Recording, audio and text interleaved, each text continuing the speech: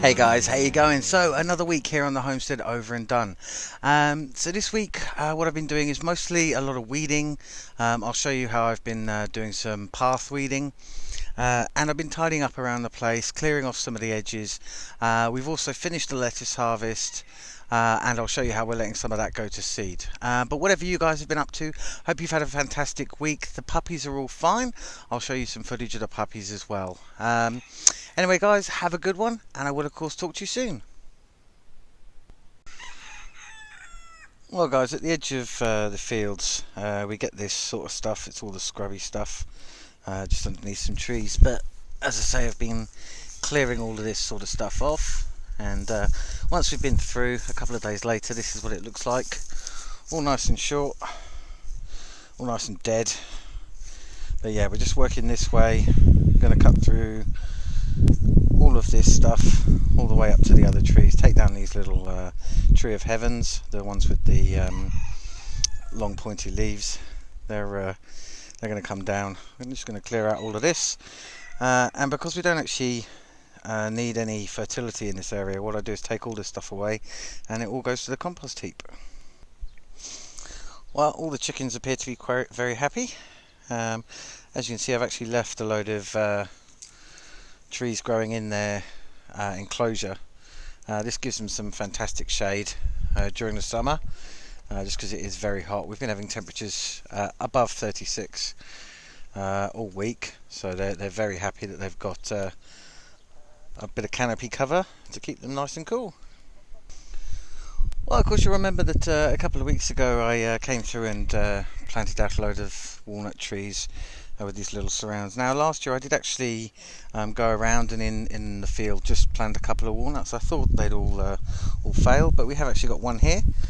So one of the walnuts that I planted directly in the field found this while mowing, so we're going to cut around him and give him a little shield in exactly the same way as these have done.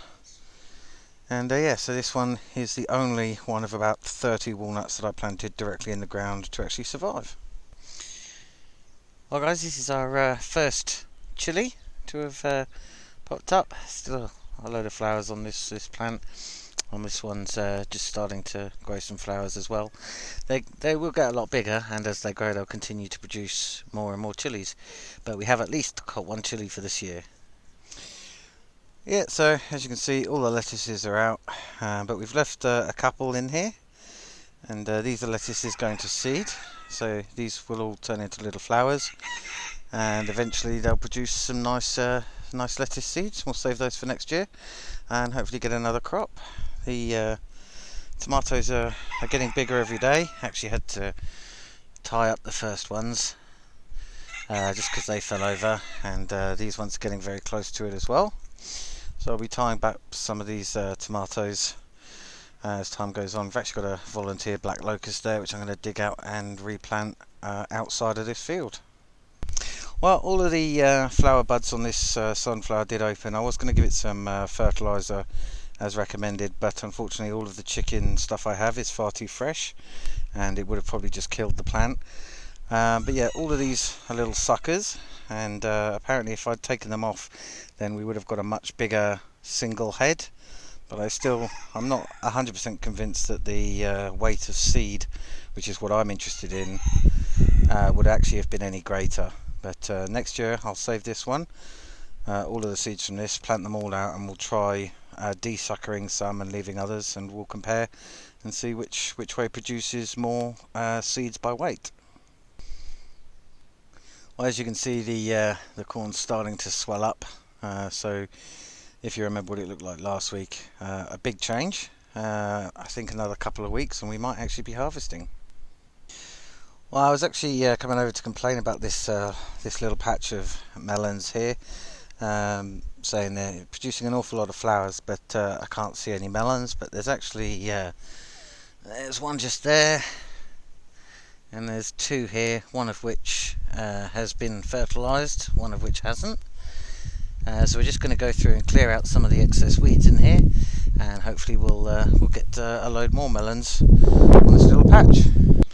Well, as you can see, this squash plant really is becoming a bit of a monster, starting to take over, sending out runners in every every single direction.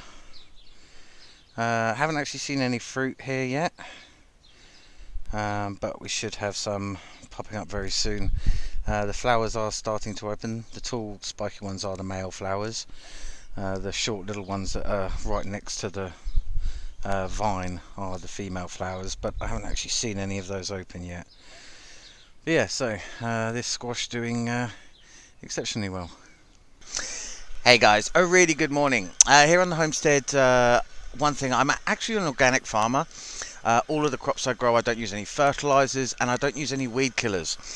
Now the path behind me, where you can see little Luna there, that was covered in weeds, so I needed a solution to get rid of those weeds. Now normally in the fields what I do is manually pull them up, but that just wasn't an option for this path. It had got too overgrown. So I've gone out and bought myself a little toy. It is an organic farming solution. It's called a flame wand. So this is, it's like a roofer's torch. And it has two modes of operation. So we've got the standby and then...